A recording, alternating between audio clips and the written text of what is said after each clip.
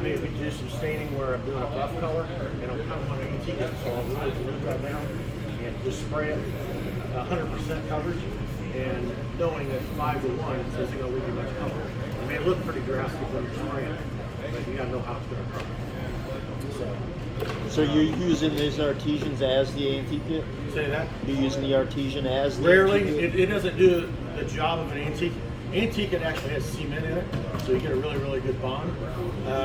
This does a good job too, but on the exterior concrete, it may just absorb it too much and not really leave that antique look that you're looking for. There's times where I'm in a pinch on a small job, I will do it, but you know, it's just managing expectations. You know, don't do that on a sole job without testing it and trying it first. But yes, you can do that. I have blown up the sprayer. And all we're doing on all we're doing on this one here is we're not really going to stain the whole stone.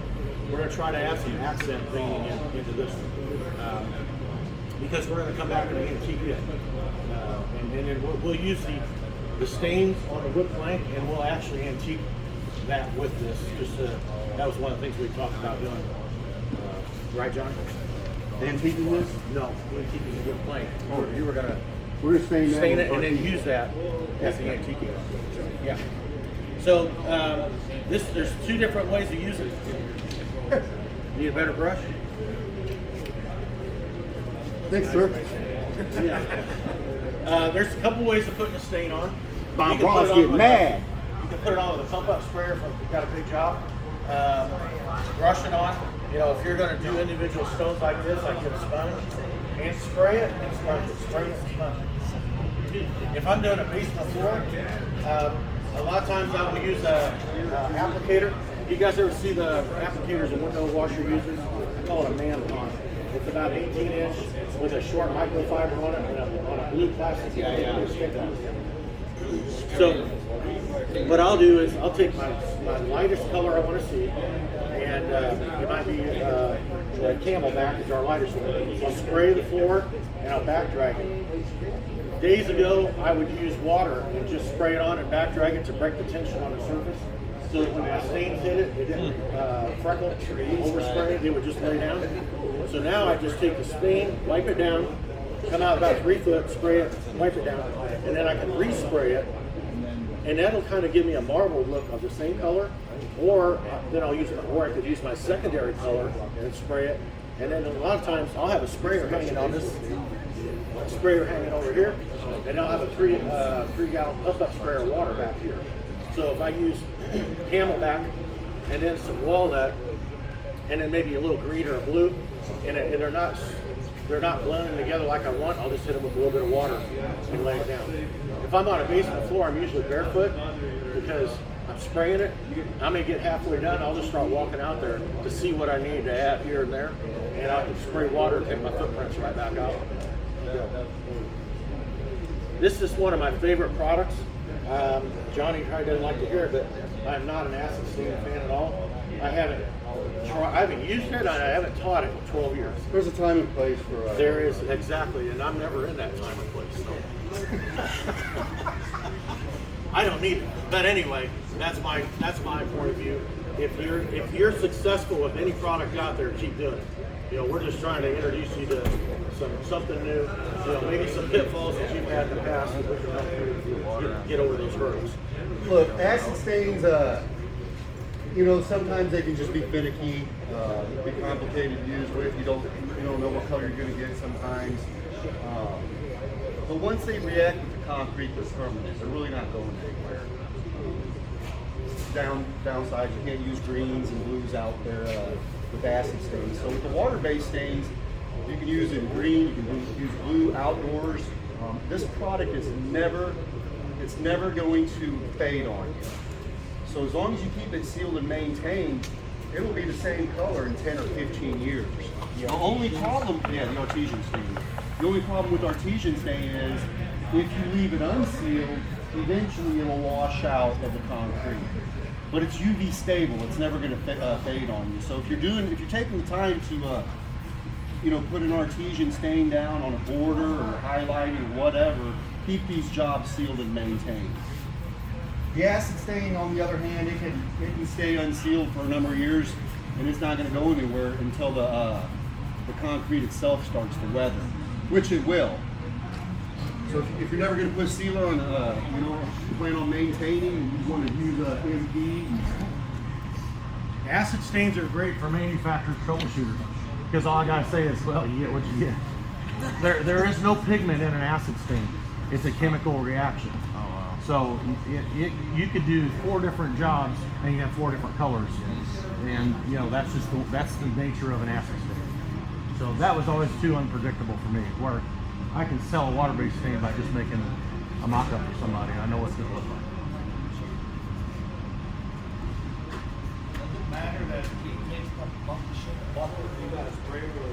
Buckets of shit are good. Nothing wrong. Getting different tones by doing. He's got walnut in the sprayer, and then he's got a mixture in the other one. I think he's got black. I got walnut. I just threw a bunch of stuff in there to get a color that I thought would be all right, you know. But you want to keep that consistent if you're doing the whole slab you're putting. Yeah. Try to keep Well, it it depends close. on what you're trying to achieve. Right. You're just highlighting. Yeah, but I got to remember how I mixed it up. I'm Right. usually mixing it up enough to do a whole job. Gotcha. And then a lot of times, whatever's left over, you know, it can go towards, you know, I can glue it down or put a little bit more in there, use another, make another color out of it, or spray it over the whole job to help tie things in together. How long will it hold between jobs? The artesian stain. This is where I'd always have a pump up That is sprayer a water, water-based. because water would help these two, our 3 colors all Yeah, I mean, it'll be combined. It literally will. Yeah, Anytime you're staying outside on the side, the TIS always have says your I water think there. 2 or 3 years. I don't care if you're doing a job like It's this, just and the you go only thing around with these and guys. stain individual stones, immediately hit it with water, because they'll take your brush marks out. The only thing with these guys, they've got a shelf life of 2 or 3 years, I'm not sure, but when you get them, make sure, and it says it on the bottle, every bottle, but this, I do this with every product I get, unless it says cold shake it, you know, and I'm stirring it all up. The pigments will settle towards the bottom. These have been shaken up, but sometimes you can see that, you know, the pigment's there. Make sure that you just, you know, tap on it and shake it up really well. I get a little anal about products that I use. I want to make sure that all the lot numbers match, whether it's an acid stain or a water-based stain, surface deactivator, it doesn't matter. If those lot numbers don't match, I'm going to mix them together, and then I don't have anything to worry about. Do the acid stains got the same shelf life as the artesians? Yeah, yeah. I mean, they probably even last longer. You know, as long as it's not opened up and sealed, it's always good for about 3 minutes. I never let these freeze. Acid stain you shouldn't let freeze either. Most of the time they'll freeze a little bit. I got a bunch in my basement. Yeah, try to not let anything freeze. You know, they say solvent-based sealers, they're not going to freeze either. Some guys store them outside or whatever. I don't. I like to keep them indoors. You know, just for different reasons. I doubt it's going to freeze and all that, but I don't want the humidity in there and the moisture and all that in my sealers. So I keep them in dry storage.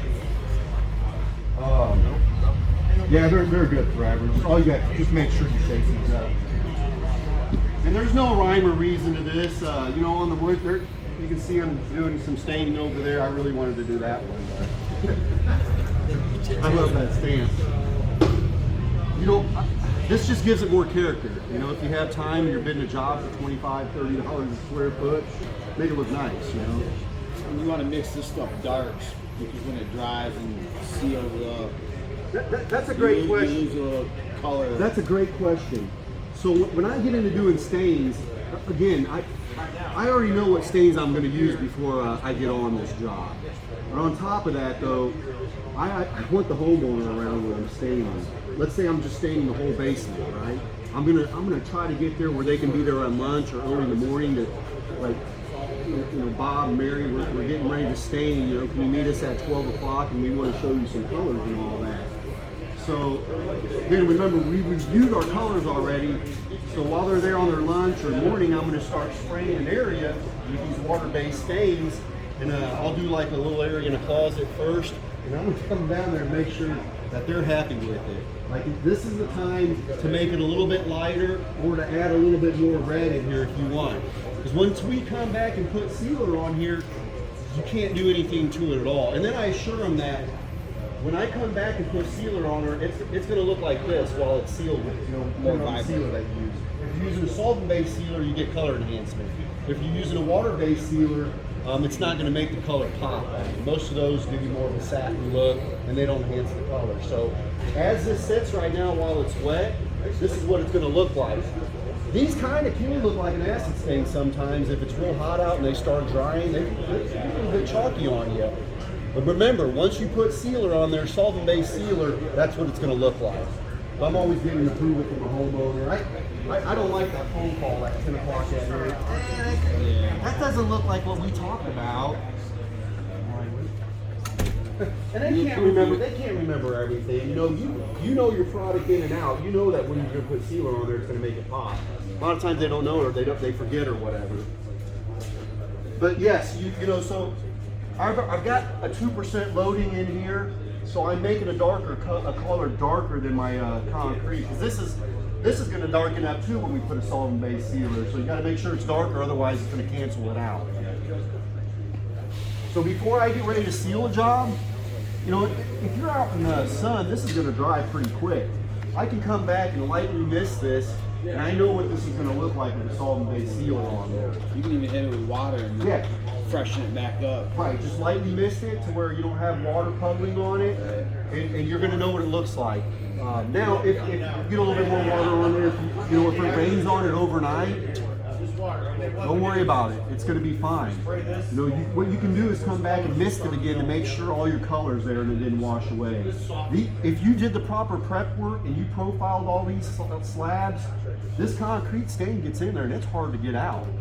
I mean, it's not going to just wash out on you. Same thing with antique it. We put antique it down and try to remove it 2 days later before it gets sealed. Probably going to get out there with the power washer and swing buffer and some acid to really, get it out of there. So these products they're good, but you just have to keep it sealed and maintained.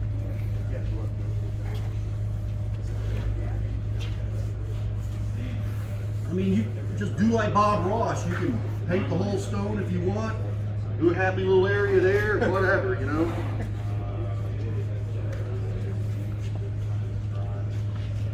If I'm doing a big job like this, I'm not going to have a sponge in my hand. I was about to say, bro, you're talking some tiny. Right.